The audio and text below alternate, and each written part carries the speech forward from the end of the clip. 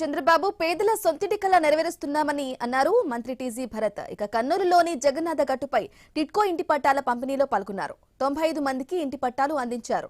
ఫిబ్రవరిలో మరో 500 మందికి అందజేస్తామని తెలిపారు. గత ప్రభుత్వం టిడ్కో గృహాలను పట్టించుకోలేదని చంద్రబాబు నాయకత్వంలో సాధ్యమైందని వెల్లడించారు. రానున్న రోజుల్లో టిడ్కో ప్రాంతం డెవలప్ అవుతుందని చెప్పారు.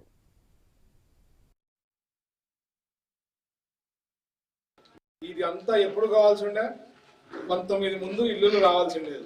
మనము అప్పుడు మన గవర్నమెంట్ రాలే, ఇది పక్కకు వెళ్ళిపోయింది.